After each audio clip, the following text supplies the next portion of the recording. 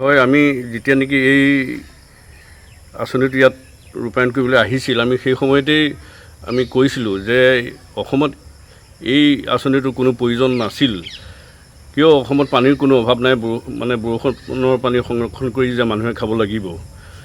গতিকে এইটো একমাত্ৰ আমাৰ চিন্তাধাৰাই কয় যে কিছু মানে বিয়াগুম নেতাৰ বা মন্ত্ৰী বিধায়কৰ মানে এই যে শোষণ দুৰ্নীতি ইয়াৰ পৰা মানে মুনাফা লুটা, ঠিক সেইবিলাক মনোভাৱেৰেহে এই আঁচনিটো অসমলৈ আনি ইয়াত প্ৰয়োগ কৰা হৈছিল। এতিয়া চাওক, তেতিয়াই হেৰি কৰিলে, কিন্তু আজিলৈকে কোনো স্কুলে বা কোনো ধৰ্ম অনুষ্ঠানত যে তাৰ পৰা পানী মানুহে ব্যৱহাৰ কৰিব পাৰিলে বা খাইছিল, কোনো নদীৰ বোধহয় অসমত নাই।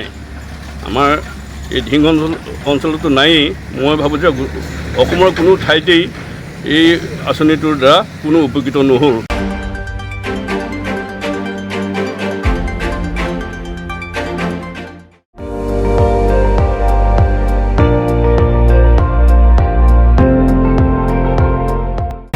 আপুনি চাই আছে ND24, সৰ্বশ্ৰেষ্ঠ নহয় সৰ্বোত্তমৰ দৌৰ।